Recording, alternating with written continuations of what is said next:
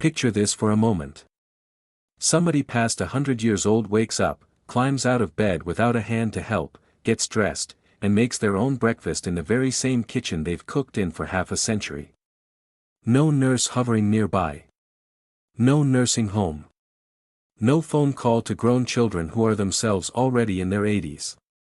Now picture that a quarter of a century earlier, hardly a soul believed a morning like that could ever come, because at the time, blood sugar was quietly stealing the whole future away.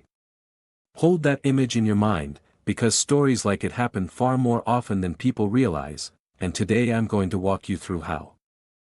Chances are, if you've clicked on this, someone in your life is worried about you. Perhaps it's a doctor, studying your blood work with a furrowed brow. Perhaps it's a daughter, asking a few too many questions about what's ending up on your dinner plate. Or perhaps it's you, awake at 3 in the morning, silently counting up how many independent years you might have left. A huge number of people over 60 know that late-night math all too well. Some do it every night for a year straight. Imagine a fasting sugar reading hovering near 180, and everyone around you handing over the exact same worn-out advice. Drop the bread. Drop the potatoes. Drop everything that ever made a meal feel worth sitting down for. Here's the twist, though, and it's the entire point of this video. For plenty of people, what actually shifts those numbers isn't taking more away. It's putting more in. Adding 10 inexpensive foods you can grab at any regular grocery store. I'll take you through each one, what it does, and how folks actually use it, all in plain language. And here's the oddest piece of all, the food itself is maybe 30% of the story. The remaining 70% is something almost nobody bothers to write on a list. I'm holding that back for the end, because it's the part one most wish people heard sooner. And honestly, it was never really about a reading on a meter. It's about real people. Think of an older sibling worn down slowly, the way sugar trouble so often does its work. First it steals the feeling from the feet. Then the balance. Then it comes for the eyesight. And sometimes, at the very end, it takes away a person's own home, swapping a lifelong kitchen for a care facility corridor that reeks of disinfectant. That's the fear sitting underneath the numbers. And it's precisely why any of this is worth your time. So let me hand you one picture first, because the moment you've got it, every food on this list will click into place. Imagine the sugar in your blood as a crowd of people jammed into the aisle at church, and insulin as the usher whose one job is to guide each person out of that aisle and into a seat. The aisle is your bloodstream. The seats are your cells, where sugar finally gets put to use as energy. But after years of oversized crowds, oversized meals, and oversized spikes, the people already sitting in the pews stop scooting over to make space. The usher scrambles harder and harder, yet the aisle stays hopelessly clogged. Doctors have a name for that, insulin resistance. Your pancreas, the little organ churning out insulin, keeps sending more and more ushers, but the crowd only piles up further. That backed up aisle is exactly the number staring at you from your meter. Every food I'm about to name does one of three things. It lets the crowd file in more slowly, so the aisle never floods. It calms the room, because there's a quiet, smoldering irritation in the body called inflammation that makes those pews stubborn. Or it coaxes the seats to open back up. Let's begin where the quickest results tend to show up, breakfast. For 50 years, an entire generation ate what they'd been assured was the wholesome, responsible choice. Toast. Cornflakes. A glass of orange juice, because everyone said juice was good for you. But a breakfast like that is basically dessert served at 7 in the morning. It sends a whole crowd marching straight into the aisle before you've even rinsed the dishes, and by 10 o'clock you're jittery, short-tempered, and rummaging through the cupboard for something sweet. Most people ride that up-and-down roller coaster for so long they chalk it up to simply getting old. It isn't. And you can climb off it as soon as tomorrow morning. Here's a breakfast that works far better, and one that a lot of people come to rely on. 2 whole eggs, yolk included, alongside half an avocado. An egg is almost pure protein and good fat, carrying barely any carbohydrate, so it sends hardly anyone into that crowded aisle. And the avocado, which an older generation was warned to steer clear of, holds the gentle sort of fat, the same family as olive oil, and its fiber slows the entire meal to a leisurely stroll. Here's the detail that convinces people. Doctors call it the second meal effect. A calm breakfast doesn't only smooth out your morning, it smooths out your lunch too, so the rise after your next meal arrives far gentler.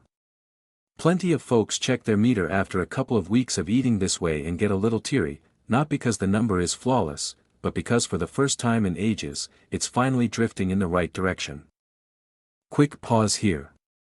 If a down-to-earth kitchen full of practical, real food wisdom is worth your while, do me a small favor and tap subscribe. Now stick with me, because this next batch is the one people brush right past. It sounds far too simple to count for anything. That's exactly the mistake. Remember the first job, let the crowd file in more slowly. 3 foods pull that off better than almost anything else. Picture heavy rain pounding down on hard, sun-baked dirt. It can't soak in, so it sheets off and floods the ditch. Now picture that very same rain landing on rich garden soil. It seeps in slowly and deeply, and nothing floods at all. These 3 foods turn your meals into that garden soil. The first is one most people have never once tossed in their cart, fenugreek seeds. Small amber-colored seeds sitting in the spice aisle, a jar for just a couple of dollars. Most folks stroll right past them because the name sounds unfamiliar, and in doing so they overlook one of the most powerful tools on the whole shelf. Tucked inside that seed is a fiber that puffs up into a thick gel the instant it touches water, and that gel slows the pace at which your stomach releases food. Sugar dribbles into the aisle rather than flooding it. The easy way people use it: soak 1 teaspoon of the seeds overnight in a glass of water, then in the morning, drink the water and eat the softened seeds before breakfast. They're bitter, I won't sugarcoat it. So if that's a bit much, grind them up and stir half a teaspoon into some yogurt. Ease in slowly. That fiber is strong stuff, and your gut needs about a week to get comfortable with it. Second on the list, chia seeds. Tiny gray flecks that transform a glass of water into pudding, which is precisely what they do once they're inside you. That same gel wraps itself around your meal and slows it down. Chia also brings along a plant fat from the omega-3 family that helps quiet that low, smoldering irritation we mentioned. 1 or 2 tablespoons a day, stirred into yogurt or into water with a squeeze of lemon. Let it sit 10 minutes to gel up, and drink plenty of water with it, because fiber without enough water becomes a traffic jam all on its own. And third, one that catches people off guard, because it's actually a carbohydrate: lentils.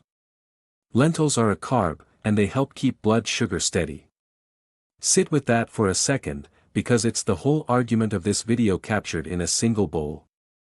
The starch inside a lentil is the slow-release kind, bundled up in fiber and plant protein, so it lets go of its sugar over the span of hours instead of minutes. Lentils carry that second meal effect too. A bowl of lentil soup at midday can leave your supper reading noticeably gentler. Lots of people swap them in for white rice and white potatoes 3 or 4 times a week, half a cup to a cup cooked, served as warm soup in the winter or chilled with a little oil and a splash of vinegar in the summer. Dirt cheap, and twice as satisfying. But here's where things get genuinely interesting. Slowing the crowd is only the first job. For many people, the numbers dip down, and then they simply stall out. What often gets them moving again is sitting right there in the spice rack. Before I tell you what it is, if there's someone you care about wrestling with their own numbers, pass this video along to them. Nobody ever sat our parents' generation down and explained any of this. First up, cinnamon. But wait, because the type genuinely matters, and most people grab the wrong jar without thinking. The everyday grocery store cinnamon is usually cassia, and taken every day in real quantities, it contains a compound that can be tough on the liver. The jar you actually want is labeled Ceylon, gentler and safer for daily use. Cinnamon carries plant compounds that may help insulin get a firmer grip, and it slows the stomach just a touch. Around 1/4 to a half teaspoon a day, stir it into oatmeal or coffee, and have it alongside a carbohydrate meal, because that's exactly when you want that grip doing its work. Second, if you happen to own a glucose meter, this is one you can practically watch in action tonight: apple cider vinegar. 1 tablespoon poured into a full glass of water, taken 10 to 15 minutes before your starchiest meal of the day. The sour element slows your stomach and helps your muscles draw sugar out of the aisle and burn it off as fuel. I'm not going to promise you a specific number, because I'm not your doctor and every single body is different. But a great many people notice that the after-supper climb that used to frighten them levels right off within just a few days. 2 rules, and please don't brush past them.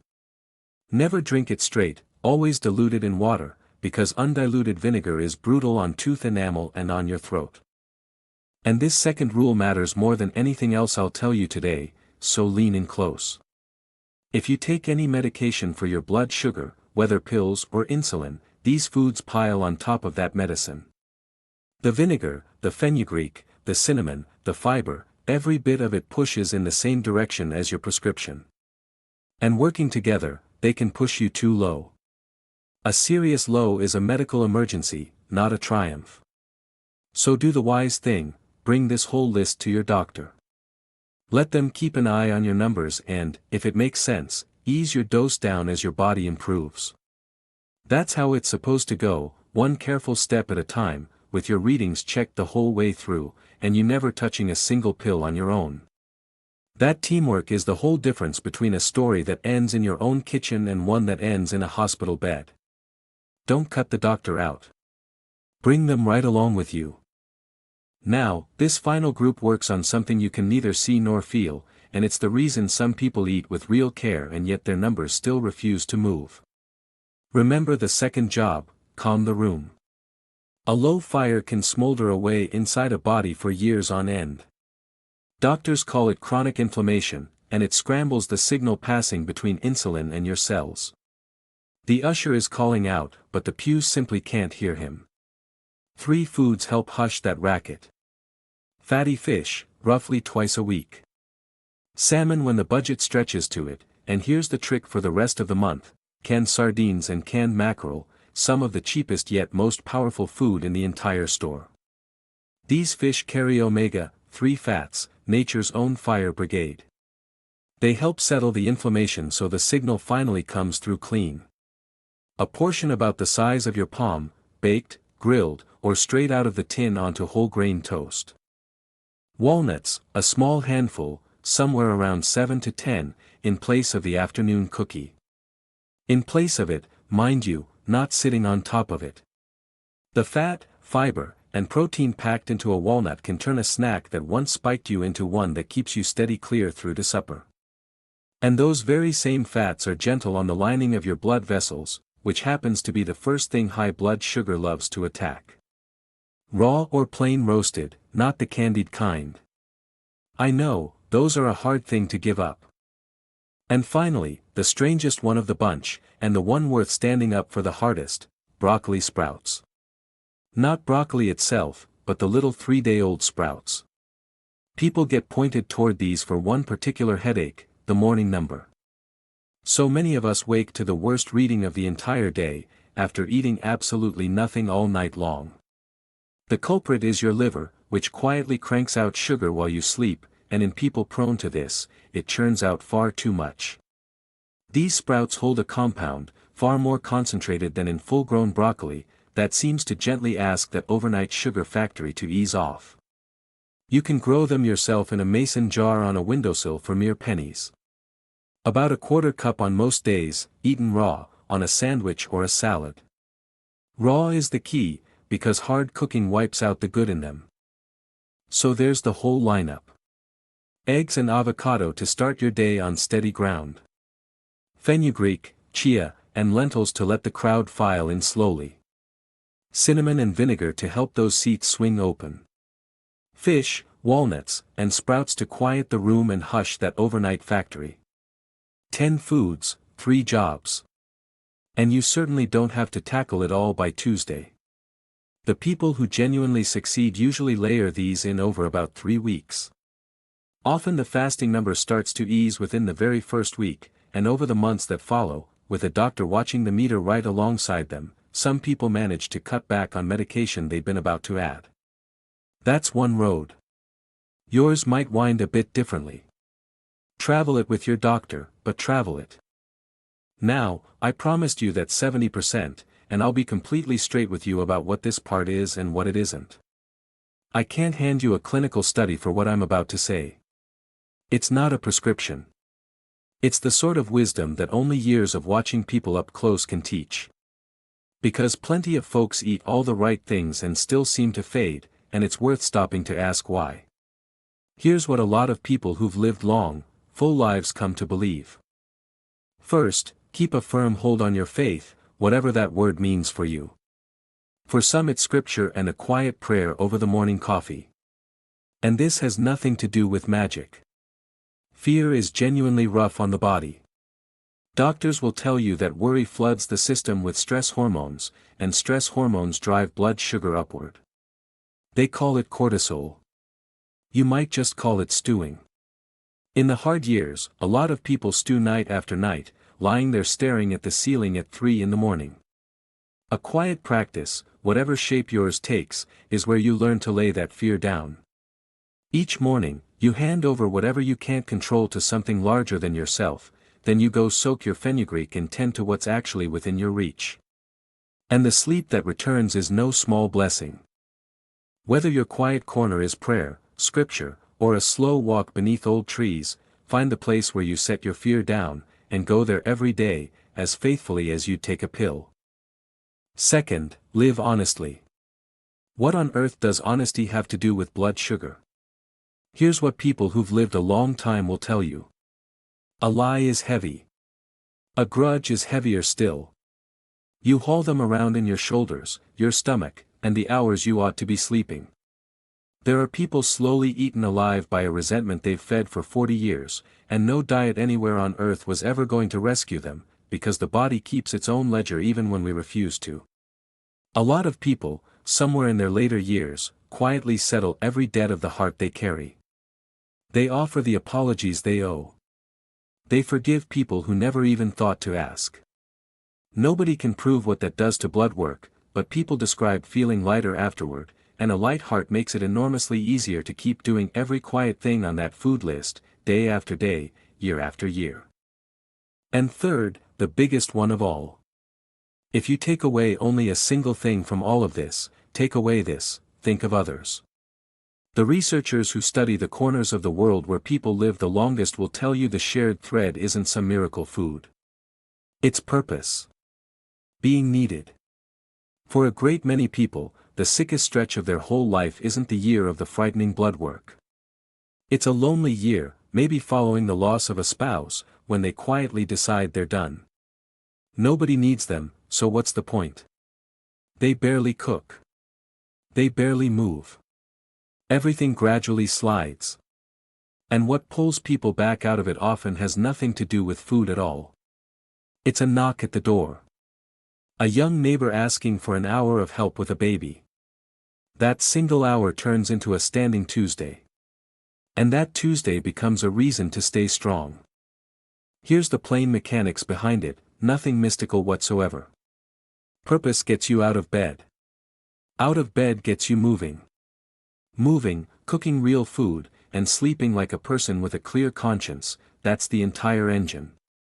And purpose is the key that turns it over. So here's a prescription that costs even less than the fenugreek: find someone to help this week. Check in on the neighbor nobody ever checks on. Call the person who quietly slipped off everyone's radar. You're already making lentil soup, so make a big batch and carry half of it next door. Teach a grandchild to grow sprouts in a jar. They'll think it's a fun science experiment, and you'll be handing them 50 good years of knowledge. The fastest route to feeling valuable is to actually be valuable to somebody. And a person who feels valuable fights hard for their health, because they've got somewhere they need to be. That's really the heart of it. The people who stay clear of that disinfectant-soaked corridor usually don't get there because their bodies somehow skipped old age. They didn't.